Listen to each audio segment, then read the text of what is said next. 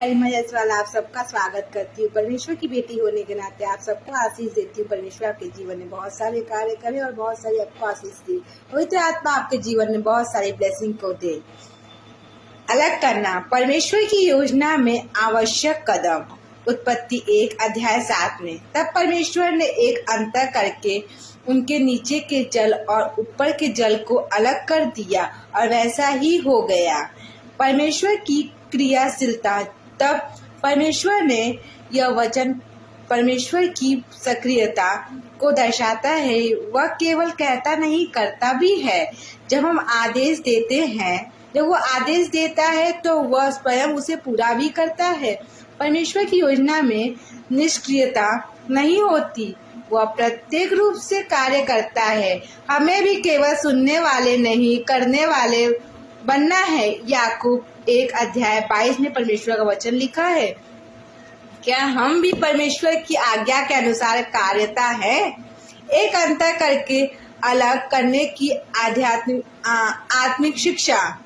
यह अंतर केवल भौतिक नहीं बल्कि आध्यात्मिक संदेश है।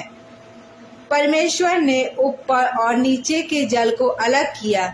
यह दिखाता है कि वह चीजों को उनकी सही जगह देता है। यह हमें सिखाता है कि परमेश्वर पवित्रता चाहता है, भिन्नता और शुद्धता चाहता है। उदाहरण, जैसे सोना और मिट्टी को अलग किया जाता है, वैसे ही परमेश्वर हमें संसार की गंदगी से अलग करता है। भजन अध्याय 4 पद संख्या 3 में जाना कि यहोवा ने भक्त को अपने लिए अलग कर लिया है। अलग अलग किया योजना और उद्देश्य के अनुसार विभाजन। परमेश्वर ने हर एक चीज को उद्देश्यता पूर्वक विभाजित किया है। अराजकता से व्यवस्था की ओर। हमारे जीवन में भी जब परमेश्वर कुछ अलग करता है, लोग, परिस्थितियां, आदतें, तो वह व्यर्थ नहीं होता, उसमें कुछ गहरा उद्देश्य होता है। हम विरोध कर सकते हैं, पर परमेश्वर का अलग करना आशीषों की तैयारी है। क्या हम अपने जीवन में परमेश्वर द्वारा किए गए कार्य को, अलगाव को पहचानते हैं? और वैसे ही हो गया। परमेश्वर का वचन व्यर्थ नहीं है। यह छोटा वाक्य बहुत शक्तिशाली है। जो परमेश्वर ने कहा वैसा ही हुआ। उसका वचन हमेशा फलदायक होता है। यह हमें विश्वास दिलाता है कि जब परमेश्वर हमारे जीवन में कुछ बोलता है या करता है तो वह पूर्णता तक पहुंचाता है।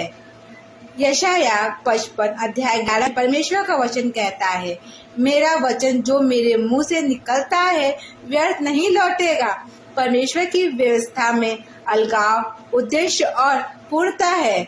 उत्पत्ति 1:7 हमें सिखाता है कि परमेश्वर कभी भी बिना कारण कुछ अलग नहीं करता है। जब वह जीवन में कुछ हटाता है, कुछ तोड़ता है या दूरी लाता है तो एक व्यवस्था और आशीष के लिए करता है। उसका कार्य सही समय पर, सही उद्देश्य से और पूरी तरीके से होता है। आइए हम प्रार्थना करें। हे प्रभु, जब तू मेरे जीवन में कुछ अलग करता है तो मुझे विश्वास दे कि मैं तेरी योजना का भाग बनूं। मुझे आज्ञाकारी बना कि मैं तेरे वचनों के अनुसार मैं भी शुद्ध और अलग जीवन जी सकूं। इसी के साथ परमेश्वर आप सभी को बहुत आशीष दे। आप सभी को जय मसीह। आमीन।